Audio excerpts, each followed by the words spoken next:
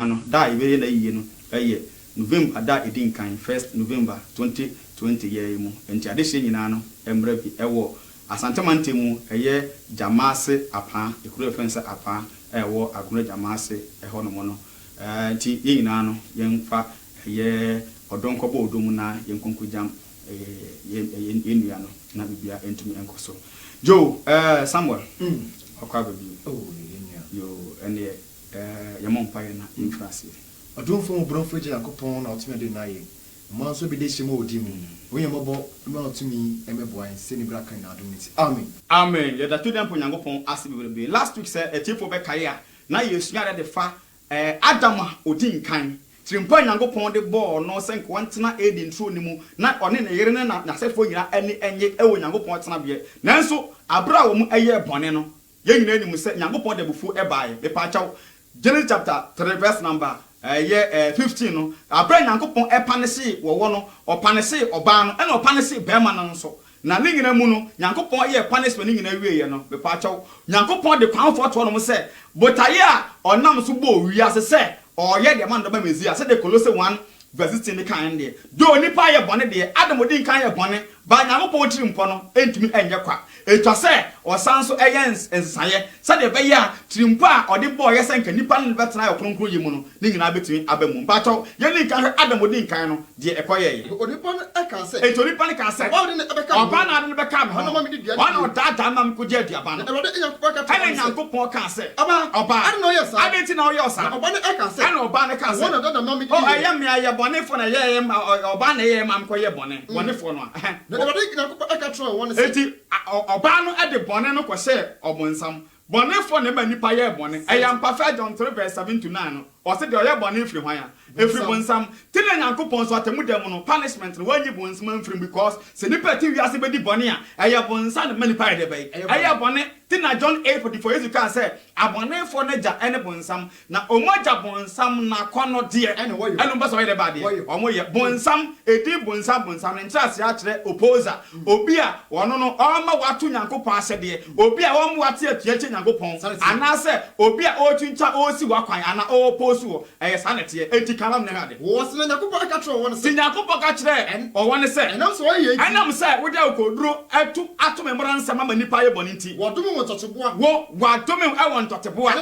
ene ewura modoma nyina mu yefo so na ode yefo so na benante wo de tie won kwa na nyina na wodi no tie won kwa na nyina ndo tabetu ni oba enti hanom no de wo mu ne se Nyankopon krofo a obo ye no ya nipa bone am ahwe ase no otan kese ebeda bonefo na sefo ne Nyankopon na bode ye nipa na kale subante ye mu no ya sefo entem na kire se trene ane amumuyo ebedi afra but always or time by the bay, ebeda omuntem. Tina Yesu by no. What can John 15 verse 17 or can say a rease at time a kiddy for no. You say a tower no first. And sign a ever tower because at for any abone for shia or time by day. Ebeba. I lose I used to come out 5 verse 11 say, a shalom say, Midinti, or young ready body. What dear for what so Tim said, walk what not efficacy. No, I was going to say, who best road ready, one more on Yaza, one Yassi, one Macrono, over Santa de Croncron, you have here at Tizu, and now you're classing and now you're to my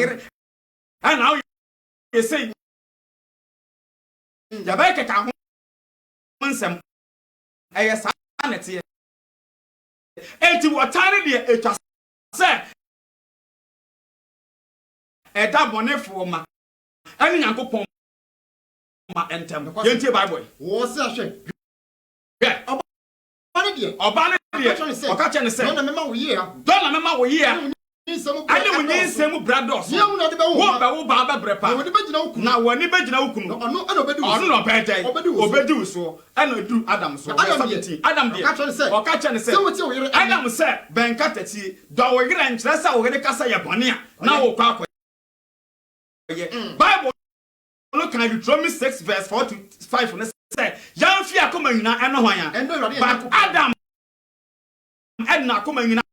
adon ere eche Nyankopon asede megere se no de ya bone enti wo se enam se watie wo yere enne kwai na wodi bia me so na wodi bia me sha wo se mani bia enti wonti wodumi asase me pato asase na nyanome ana wo nhira enya no me mo enti Nyankopon plan se kwambia so no se na tie de a ene e di nto no so mo nya debe Monsine ho verse number 23. Verse number 23 no. Kan ha de. Was the Nyankopɔn atuni afiri Adam ntwom. Enti Nyankopɔn bɔne nti otu nipa free aid in throne na wosiesie no because odokodua aid in throne with condition say obobo bra kronkron no odi na sem so sale Nyankopɔn na mezi associate heaven with condition say obobo bra kronkron as na de wakɔ tina Romans 14 verse 17 I say was Australia heaven na ye pa akɔ no enya didi o enya nya ɔno nemo wa mote ne abrabɔ a wontimi mbra heaven sade Adam ne Hawa a mote ne abrabɔ nti wo mantima na edi no wo de kan ade wo se dan kwai Onyankopɔn masa ema osafo bi amfa azan na ada se ena adom bra no eye ne 2 Corinthians 6 verse 2 say ene adom sabre ya wutie mi na wo ya kronfo dwamanfo azanfo na wo sakra wa agona Yesu wote adom akonya so wote mpata aja sabre atemu da ne dura obeso da firi mpata akonya so akotena atemu akonya so atemu akonya yetena so without fear or favor tie Bible wo se Onyankopɔn nya ɔse Awurade Nyankopɔn atuni firi Adam ntwom otuni firi Eden ntwom sɛ ɔnkɔdɔ asase afɛdi ɔnkɔnkɔpɛ asa ɔnkɔdɔ asase a ɔfa ne afiri no mu na wo de wasiesie na kasankasa sɛ de siesie heaven ne de wapam de bɛyi ɛde afiri mu ɛna Adam ne Hawa afiri Eden ntwom mepa kyɛw enipa ayɛ bɔne na sɛ nyɛ bɔne Nyankopɔn ne monyam no abɔyɛ na sɛ nyɛ abɔyɛ mepacho owebusa se adenti na Adam ne Hawa pe ayebone na nipa nyina nso so yese ehwo punishment be ede yeso de wo mu nie Adam ne Hawa ye bone no correction bi amayo ana Nyankopɔn na obo so ba asase de pam wo mu enti Adam bone na wo mu no Adam tebia bone na wo mu no ena ode ba wo ne ba Genesis chapter 5 verse 1 eti Nyankopɔn ye ne se obi biara ba ye wo ba ne ntie bia no wo ba wo ba ye Adam aseni na wo kai se obafo bi wo ntuba hanatiri kwan a obedi ne mmransam so a mmransam no ema enkwa enti obedi mmransam so a no ofri Adam bone punishment na se aba Nyankopɔn so ban no mu enkwa je na se kan ha de wo se na Adam awonto to so enti hanu Adam ne Hawa aye bone no a wo mu de te bone su mu a bone wo mu no eno mba be wo ma da Nyankopɔn ebo nipa ada Nyankopɔn bo nipa so ban so eno yo no oyo no e wo ni suba ne nse so berema na oba no bo wo obo berema na obo wo ba osira wo eno osira wo to odi onipa eno to odi onipa ada obo wo no Adam edi mfrinsia Adam di mfrinsia oha ediasa 130 ana wo oba ana Adam ewo oba awo ne sesuo ewo Adam de ba de ne nsesuo se ne suban asa de ba de se Adam suban me pato Nyankopɔn bo ye enipa wo ne suban ne nsesuo na enipa ye kronkron na mboa na enipa ye kronkron eni se Adam ne Hawa abeye bone numa abeye bone ni padua abetena owuo ni padua mu a me pato na se omu nso awo enipa awo omu suban ene omu nsaso a me pacho omu ma no omu te bone na omu te bone wa mu te owu na omu te owu mu enti Adam ne Hawa ede awo no aye omu bone su no ena ewo wo mu ma akwa te se me twa letter na me twa me di Obedia amankwa na Obedia no o na wasam didi kan no me di ke na di kan ti se me twere na me type print Obedia na my mistake no me print gu A4 sheet so a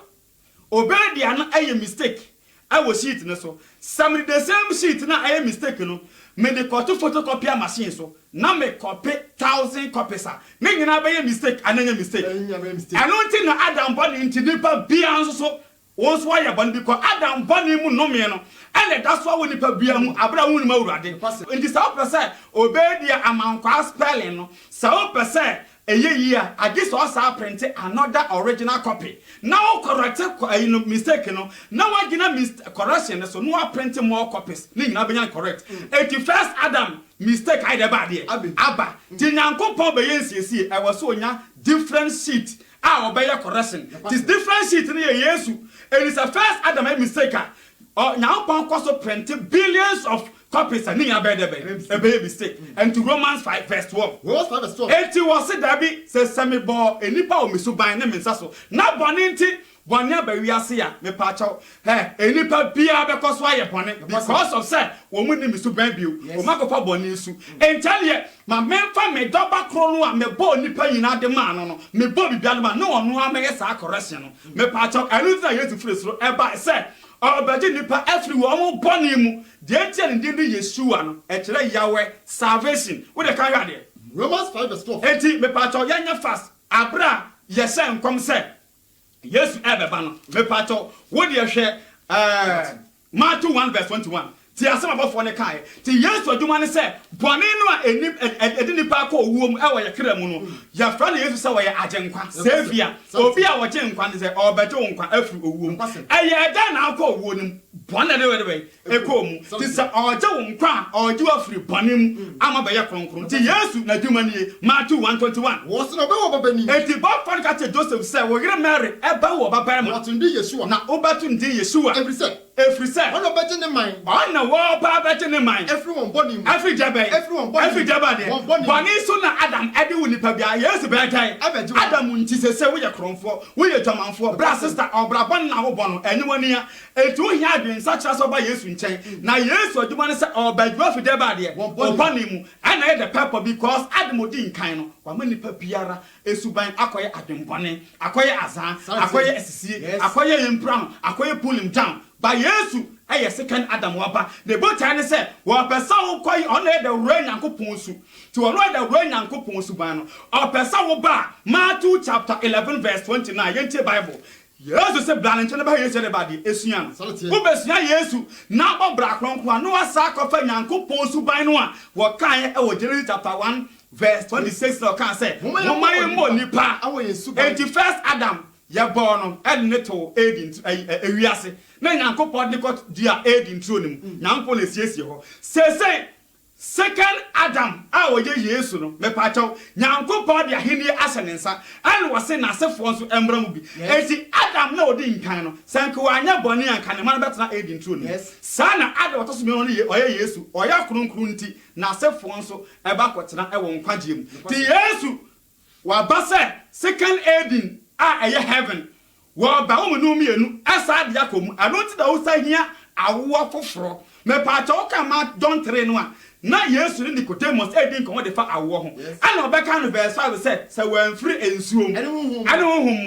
anwo obia we timi share us try memo o tumi nyatan eti first Adam no na sefo no yawo wam eto asase we say second Adam we Yesu no me pa cha yawo nipa ewo nimu a yawo wam koto Nyankopon kingdom yawo ko jan bode ba de a kingdom ti Nyankopon forget asase we ane de wo mu no nyina ene wo pese wo sage nipa ana Messiah no so esa ko na hene mu bio enti pacho 2 Corinthians 5:17 try yen say wo so bi eba Kristo sa wo free wiase ba Kristo mu a aya body afro me pacho ye bo Adam body for no ye body for enti dipa bia o hia sa wo sa ye sa ba obiem but o second abode no de ye bo amma ko fa Nyankopon su akọ the kingdom of God mu wo try wiase mu a me pacho Romans 8:13 says ye tia so ho na fa ye be da ye bewu enti sa o pese wo nyankwa agis akofa Yesu su Matthew 11:29 Matthew 11:29 yentie Bible wo small for me konia Yesu say yamfa ono ni konua ento mo so yate ne abrabo nyuma kronkron ento ye ho so na munsua me na yensua Yesu every say mejo na me bra mo ase Yesu jo oya kronkron wo bra ne ho ase akoma mu na ye benya ahome ama yakra enipa owiase nyina na Yesu ya Adam odi nkan ti na da so twempona wo da so ya azan ya da so ti Nyankopon so atua no Yesu oya agenkwa na ba say oje afiri ye boni mu nya ba besua no Yesua no a 2 Corinthians 5:17 say ye beye abode foforo no madada nyina ti abode na foforo ye beye no ye boy foforo akọ the kingdom of God mu awona ya foforo no ye foforo akọ the kingdom of God mu wa ye bawo ato asase we say so sa wan sakra automatically okra eto owuo mu when botaye no Romans 5:12 going Romans 5:12 yentie Bible wo si yenti wenti so de na woni pa ba ko so de enam Adam ba ko pele so na bone aba wiase so de me de sheet of paper na mistake ni example say mistake ninti ya printed 10,000 copies a lingi na be mistake dipa bia be ba asase so no ya wo na mistake e de ba de ewo ho me pato Psalm 139:16 ya wo na mistake e de ba de ewo ho Gentle mistake I walk home because of Ufi Adam Asinimu.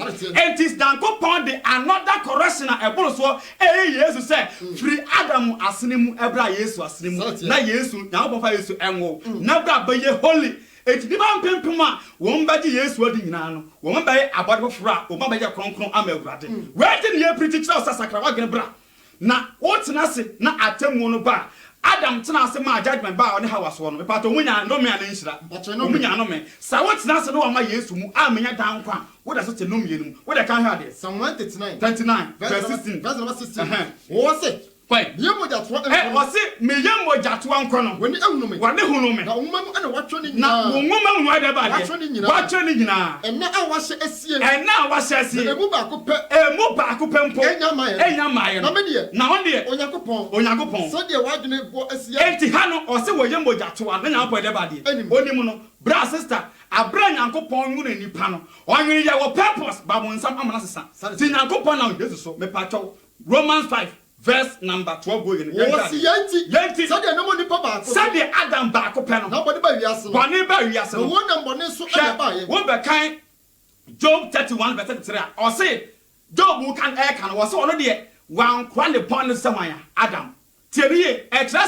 Adam abena upon the Casan, while he and find a bay. Antum, 80 upon Yankopon Adam Pamu, yes, sir. Snap 18 true muna, Menquaso. Muni masadia so na monkwaso nya kronkron me pacho o manye nti Hosea 6 verse 7 say wo mo de Israel for ye bon no wo so mapo apam samanya Adam enti me no mienu say Adam odin kan na po a ya wo second covenant Nyankopon shebo e wo Jeremiah 31 na e new covenant na sa new covenant we no ana wonam Jesus so e chia be shemu say first Adam covenant no amani pa nyina ye bone a ye nyina ye mra Yesu mu and the new covenant ne mo bra kronkron ne ye kra enyankwa e ba sa ye be sa akoye back to Nyankopon sunu a wode boy ye no enti obi wo ha Nyankopon awo no a 1 John 3 verse 9 say obi anya pa wonye de be ye bone mo because Nyankopon enye bone sa na Psalm 1 verse 50 going say sadia wo fra mo ya kronkron no monso mo nya kronkron because wo ba Yesu mu a wo ba ye abodo fra for Yesu su enti wo ba ye kronkron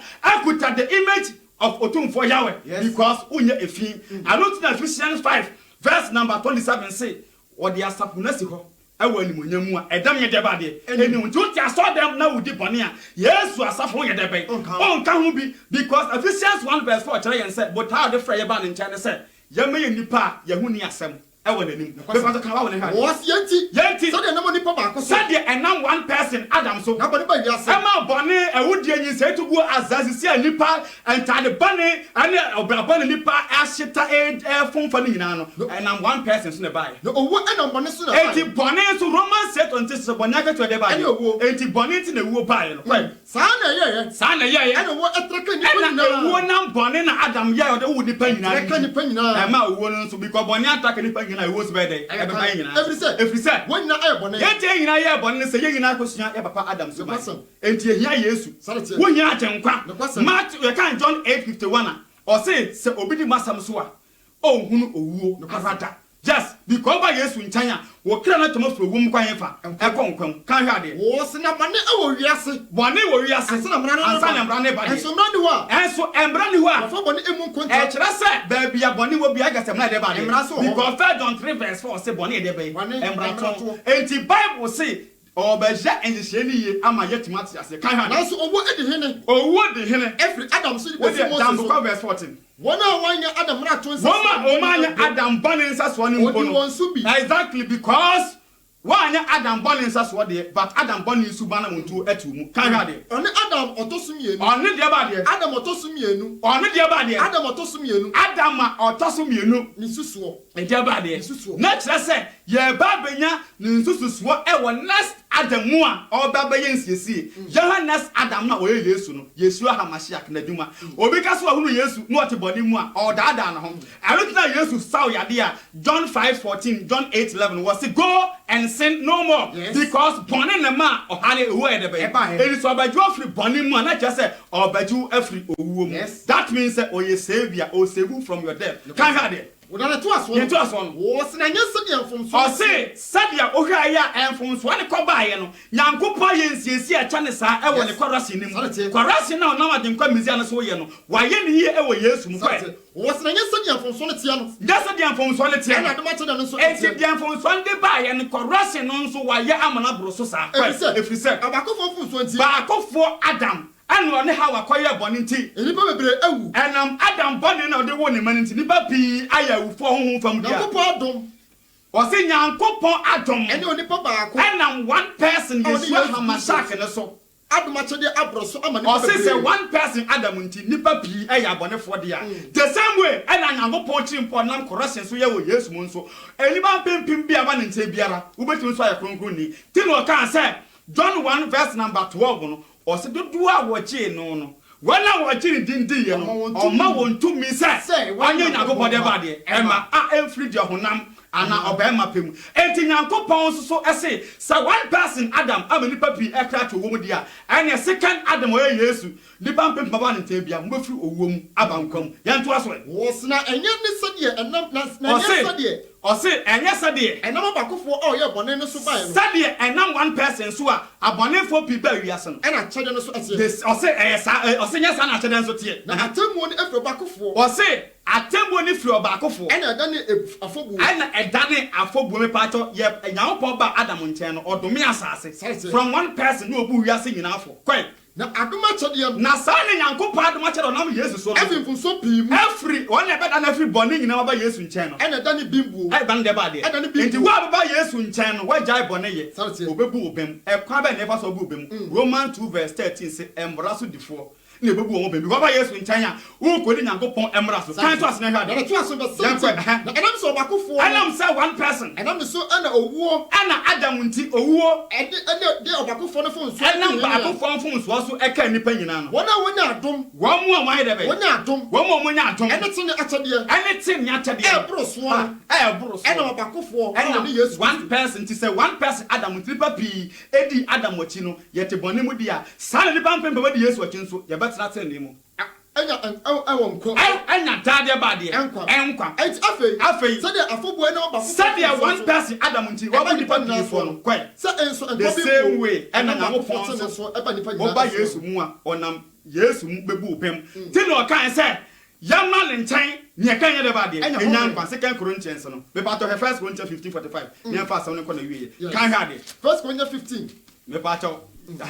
kan ne first Corinthians 15 verse 45 me part of second Adam no wono Yesu wo se Adam odi nkan no wo ye honam nti o mani part na aboni mu Adam odi atire no Yesu no wo ye honhom o ma de ba de o ma enkwa eno na Galatians 5:22 no Yesu abrabo no o ma ye papayo yidie ayemuye ojuo anitie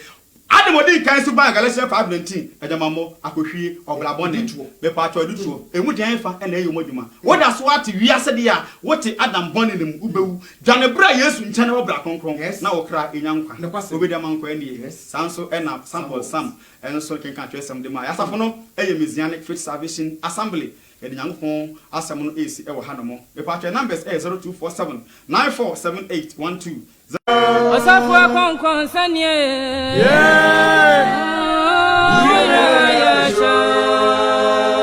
Abusiafo yada twedam po Nyankopɔn ase ene den so so wabɔ ho kwansa bi sɛ yɛmfa nanum asɛm emfambre adehye ya eti ene Adam a ɔtɔso mienu na Adam odi nkan a Nyankopɔn ɛbɔ no no adwuma a Adam no amfa Nyankopɔn kwanso nti no ɛnam so ɛma enipa enkwagye Nyankopɔn de si wɔnom ɛma ye no ɛbɔ ye no na Nyankopɔn nam Adam a ɔtɔso mienu nsa so ya ɔne Yesu Hamashak ana Yesu Kristo no so sɛ ye nyina ye mfa so na ye nya nkwa no ɛno ho enkomo ɛne ba bedie ti sɛ na otu wiase na woni mawurade a woda so awo Adam odi nkan no ɛte bia bɔne nim a ɔkra no ɛte owuo mu wohia agenkwa a wɔyɛ Adam ɔtɔso mienu a yɛfrɛ no Yesu Kristo ana Yesu Hamashak ɛno nkomo ɛna ye ba bedi no ɛne dai na bibia tumi akɔ enkan ɛno nti wedie de ɛnkyɛ na yɛbɔ mpaye no yɛkɔ asante mantem mu miama konta sabre waka nkyene agu ɛyɛ onua Joseph opon sekyere sabre wonka achasefo ho bio a ne nyina mu no Awurade adomo a on the 1st of November ɛyɛ afie mu November da edin kan ɛyɛ kwasiada ɛne yɛkɔ ɛyɛ Jamasi ekuro bi efre ne se apa ewo Asante Mante mu Jamasi kuro bi ho efre ne se apa honom na ye ko na ekopɛ upanyine eye opon sechere krabre na ni nyina biatimi akoyi nti adofo nyina danso enhye no nso na yemfa odo emebo odom kunafo ne abusua nyina etonsa de afo bibiada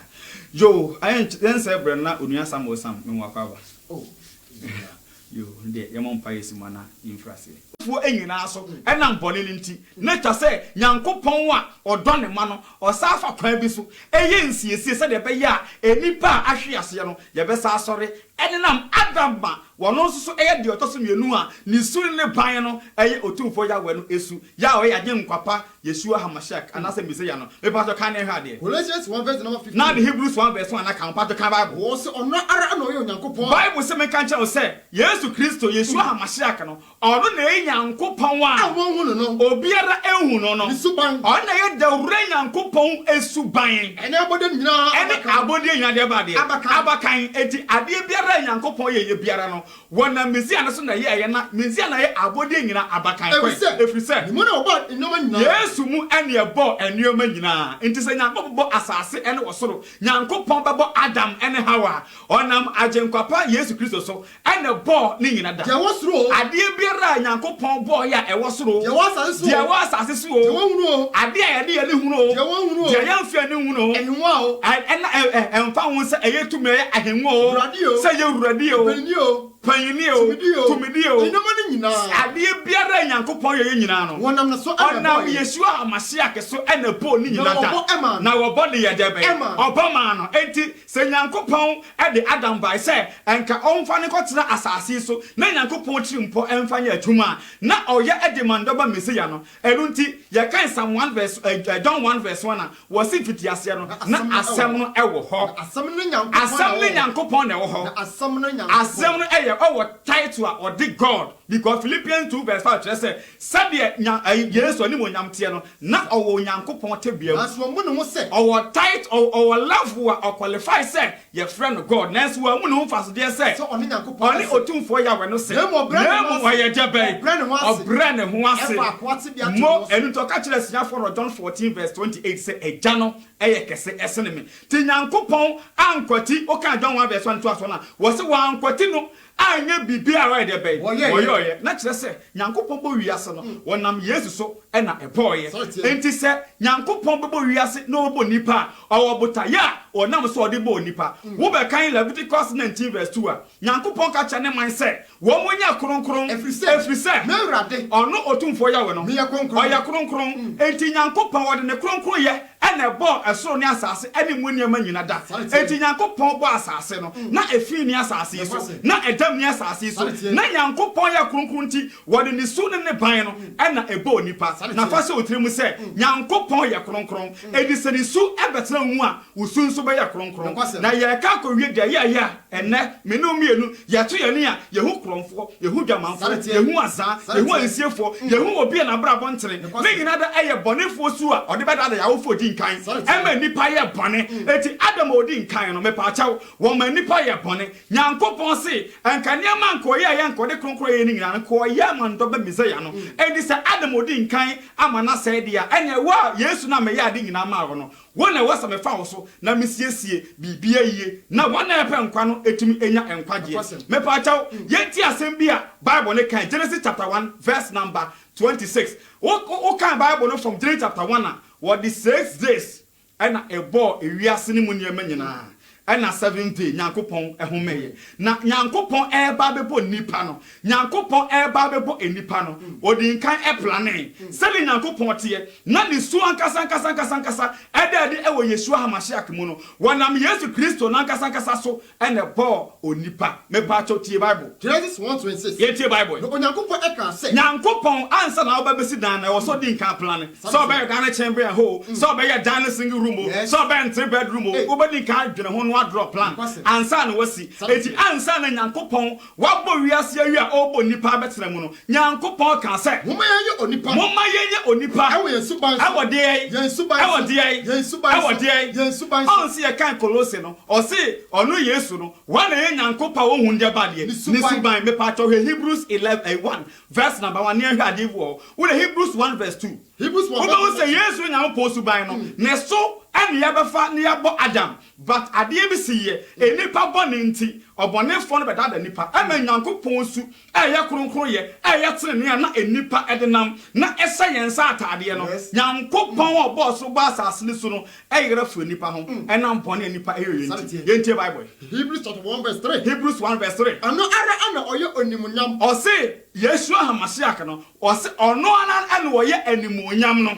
ne han animuonyam a ne senen ne su ensaso ɛne ne su ensaso na ɔde tumi asɛm no me pa chotio yanko verse 2 tie Bible verse number 2 no yɛntie Bible wɔse enedi akyerɛ mu enedi akyerɛ mu asa kyerɛ yɛn Yesu no a nyankopɔn na si wɔ no mo no ɔse enedi akyerɛ ni nyankopɔn ya wɔ no ɛkasa kyerɛ yɛn ba wɔyɛ na ade nyina odidifo ne ba wɔyɛ dɛbɛ wɔyɛ na ade nyina odidifo ade nyina de ba de didifo a ɔnam ne so ɔnam Yesu Kristo de so enso ɛyɛ emre santen ɛne emfisanten ɔno ara ɔno akasa ɔyɛ nenumunyam ɔno yɛ nyankopɔn nanim onyam han ni sɔsoro ɛne nyankopɔn sene no ne nsa so enti sɛ de nyankopɔn kronkron ɛyɛ de teɛ no ne nsa so a ɛna ɔde yɛ Mesia no ti Yesu no yɛ nyankopɔn nim onyam ti Yesu na qualified to be the raw image of Otumfo Yahweh but abra wo po nipa no nyankopɔn de ne kronkron yɛ no ɛna bo nipa but yentie Genesis chapter 1 verse 26 ɔba plan abo nipa no sei ɛna ɔkan wɔse no nyankopɔn ɛka sɛ nyankopɔn ka sɛ moma yɛyɛ onipa moma yɛnyɛ nipa ɛwɔ yɛn suban so ɛsɛ yɛn nsa so na kyerɛ sɛ nyankopɔn su yɛ kronkron na Yesu su yɛ kronkron no na ɛsorofoɔ a wɔnam Yesu bɔ ayina mu nyina yɛ akronkronfoɔ no nti nyankopɔn bɔ nipa no ɔsɛ moma yɛ mu nipa ɛwɔ yɛn suban ne ba deɛ ɛne yɛn nsa so na kyerɛ sɛ ɔde nkan abɔ Yesu ɛne abɔfoɔ aka ne nyina wɔn nyina yɛ akronkronfoɔ enti yɛmmɔ nipa ɛwɔ Yesu ban so ɛsɛ yɛn nsa so mepatɔ nyankopɔn suban ɛyɛ krono nyankopɔn suban ɛyɛ azan ɛyɛ ntade bɔne ɛyɛ dwaman ɛyɛ nsetugo na kyerɛ sɛ botae nyankopɔn de bɔ nipa no ɔbɔ nipa ɛwɔ kronkron yɛ mu ɛyɛ mpa Genesis chapter 2 verse number 7 Genesis chapter 1 verse 26 no woka ba verse number 27 going no a wo se wo bo nipa na wodi epomu mpata ne wiemu nnoma ene entie bia nyankopɔn boye no wo boye se enipa eba bedi so kan hade Genesis 2 verse 7 entie Bible wo se ne erade nyankopɔn eti hanom no nyankopɔn bo so bo asase aplan e wo Genesis chapter 1 verse 26 se wo bo nipa ode ose eye oyo eti nyankopɔn ya we no ebo nipa no ode fam dote anyuno nipa o nyankopɔn de efam dote anyuno nipa ankonma agunu ɛna ɔho nkwan me egu ne hunu onipa yɛ ɔkra kyase ɛna onipa bɛyɛ ɔkra ɔde badeɛ ɔte aseɛ fa sɛ otiri mu sɛ wabɛyɛ nipa a ɔyɛ ɔkra ɔte aseɛ ba okuta nyankopɔn suban ɛne nyankopɔn de badeɛ ɛne monyam ɛtɛ ne monyam no nyankopɔn ɛde bɔ nipa no bɔne bi bae ɛne ma sɛ ne monyam no ɛworoyɛ bɛpakyɛw sɛ nipa bɛkɔ so amɛntɛne ne holiness a kron how me aye nyina ye pa akono nyankopon se wo yo bonefo a wonkɔ hɔ enti wo de aid ntro mu compare heaven na the same thing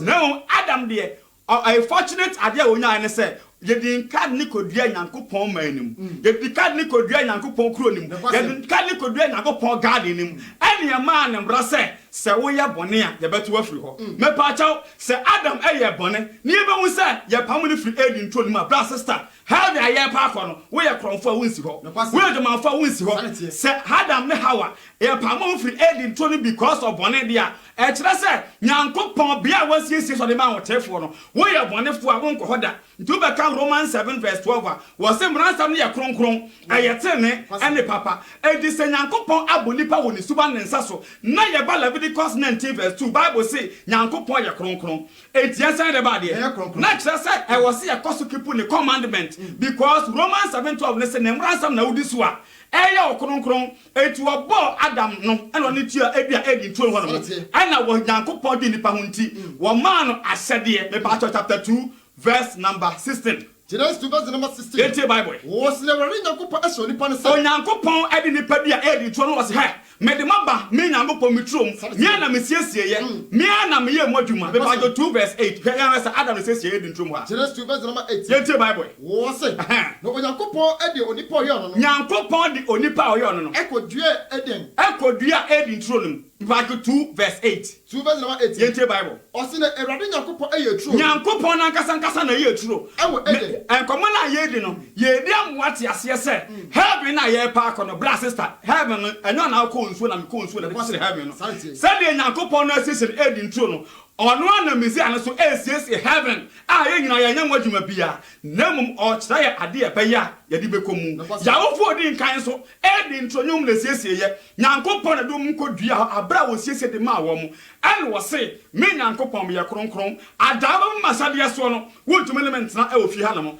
enti ho ane Nyankopon ma asade se so bekoso atena efi ha na mo a obekoso atena ha agise wudi masem so bra sister ewiase eti otumfo Nyankopon na boade betena asase so namum bonefo no ama Nyankopon trimpa wode ba asase ne sanka ewiase ne nyetene na nipa ntira so konko yebunu asesa nti wotie nim so akoye esekantwa akoye ntokwaku akoye amane akoye walejaye akoye demamo ne nyina ye bone na edi ewiase so eti hanom no Nyankopon bo nipa no ode kodua edi ntromo no se wonye dai 2 verse 16 2 verse number 16 ye tie Bible Awurade Nyankopon asho nipa no se eti ode nipa no kodua hanom no ane wo se nipa no se som ha enya nyina eni amede ama wo nyina dibi na papa ne bone wonim dia papa ne bone wonim dia ne de mani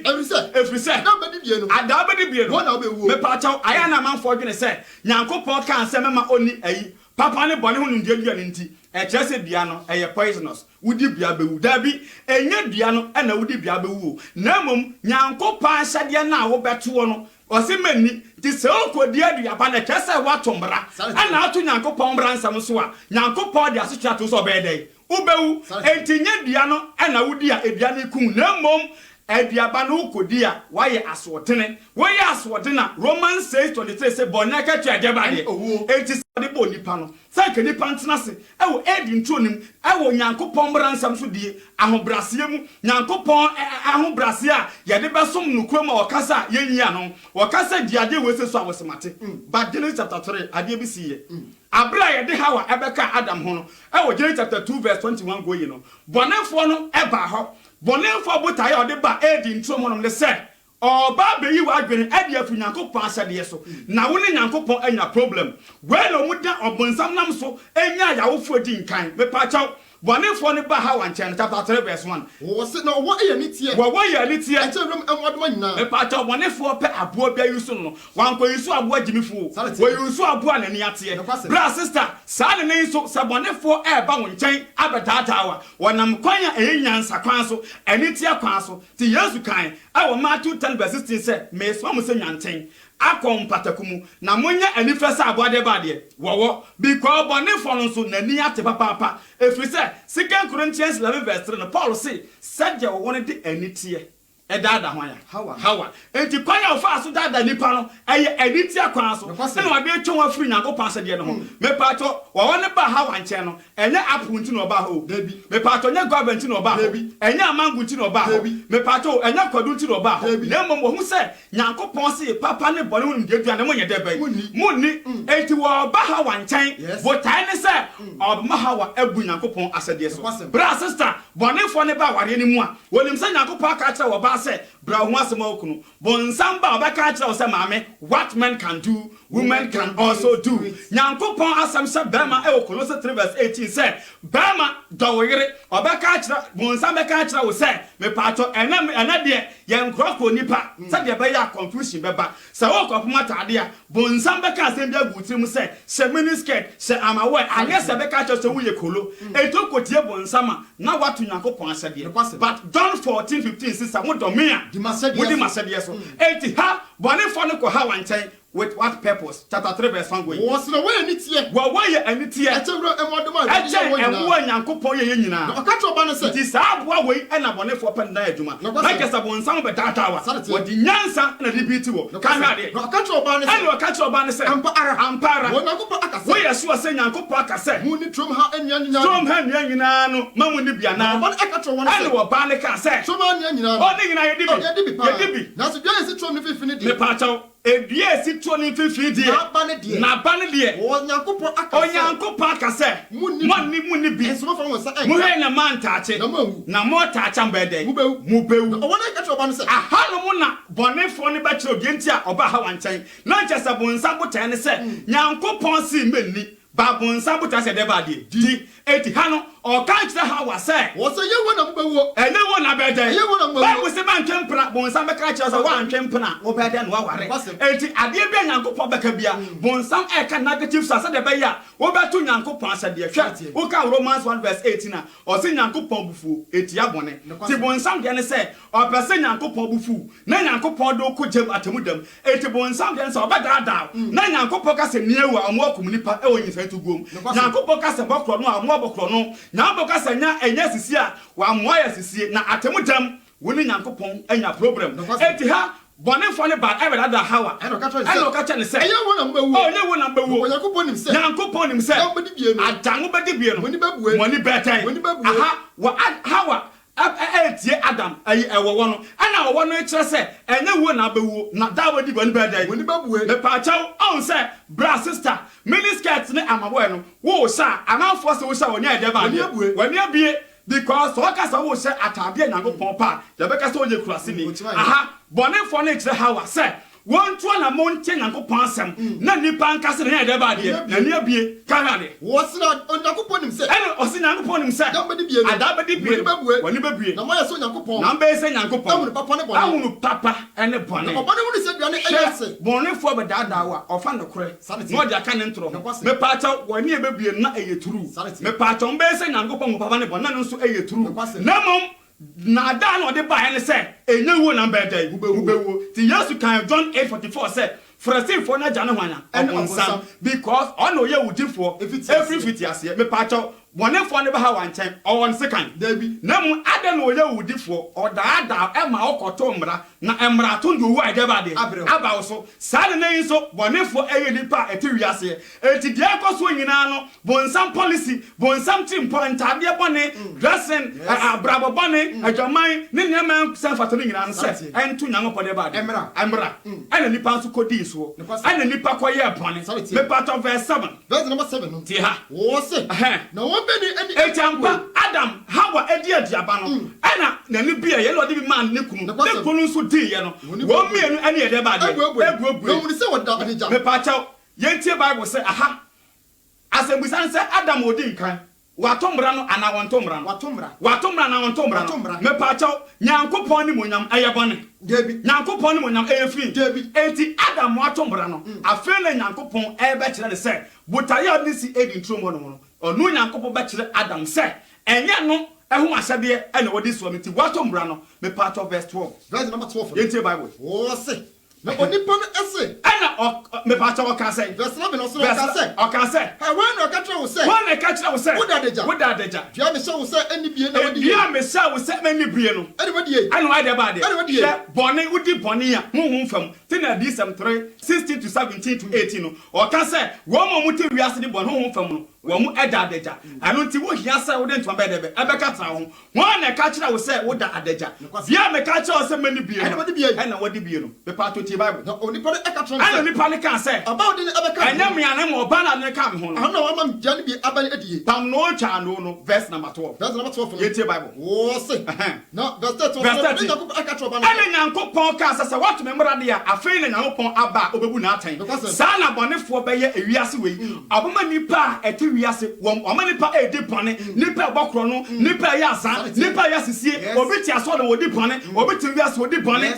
bonsam na nipa ye bone sa na atebu dem no nyankopon na Yesu no obi a punishment de be eba aha bonefo ne ma Hawa ene Adam eye bone no afele nyankopon de atemu de ba de eba sa na be ye wiase wiye kan ha de wo se na wade eka tra ba ene nyankopon ka kire oba ne se oba ade na wiase ade ti na akoyo sa oba ne ka tra ne se oba ne kan se won wo da nyankopon won ka de ye akoye bone o say if you love me keep my commandment because now for the judgment eba kan ha de wo se na erade nyankopon eka tra nyankopon ka kire nti atemu de me pa cha bonsam na woma nipa di bɔne no wonfa ne ho ni tina Matthew 25 verse 41 o ka se obeka acha wona obenkum ne se momfiri me so nkoda wo ja wo sesa ma obonsam ne na bɔfo enti ha no obonefo na se ase ti obonefo na ye de punishment ase wona so me pato kan ba wona ha wose nam se waye sade we anam se obonefo ma nipa ye bɔne nti wadom wo toto ana nyankopɔn wo wona bɔnefo no nya no yusu no wo de punishment e ma abo no wose wo yefuru so ana wo yefuru so na be nante wo kwa ana nyina wose nam de otan beto wo ni otan beto wo ni oba no ntem ane wasefo na kyerɛ sɛ otan e beda wo mafa no ntem ono beba wutire one obeba wutire wo so aka nanti won so aka ne nanti oba ne de oka kyerɛ ne sɛ John mema oya ne wugya mu nyin John mema oya ane wunyinsɛn adɔso me pa kyɛw aha nyankopɔn ahyase de punishment de be eba Adam odi nkan bɔne nti sabre wato nyame ahyɛ de ama bufu ofunya ponkyɛn aba ne so ye de mu si ɛwɔ ha nyampɔn ya de next week beto as nya hwɛ Adam odi nkan na hwe ase no de nyankopɔn ensisi ɛwɔ ya refa Adam a ɔtɔsumi no ɔne Yesu no ɛso obedi amankɔ ni sanso na onua Samuel Sam na hinka hwɛ sam de ma ye de mu si ɛwɔ ha Asafuna Messianic Faith Salvation Assembly. Your number is 0247947812. 0247947812. Obedia Radio and TV so Facebook page no be like here. Now when you teaching will be etinya boa. Oban kran your type Mr. J in Sundan Honoma Tema Community 5 Children Park obu ye. Sanso na abrodun kwa. And so obeti enka enche kumasen so yebam wate bia nenka na wotimi ene eto na mo. Nya bompa next week yebesanso ehye bi e wono kram reso. Come alive sound production and management nis elpanyina adwuma no eye ne de nyina nchia ene nyanko nchira enka mu nyina e ma bye okwa sorioche suwiro yochu pasmonya miache suwiro yochu konkonsatu Oya yacho osafwa konkonsanie Oya yacho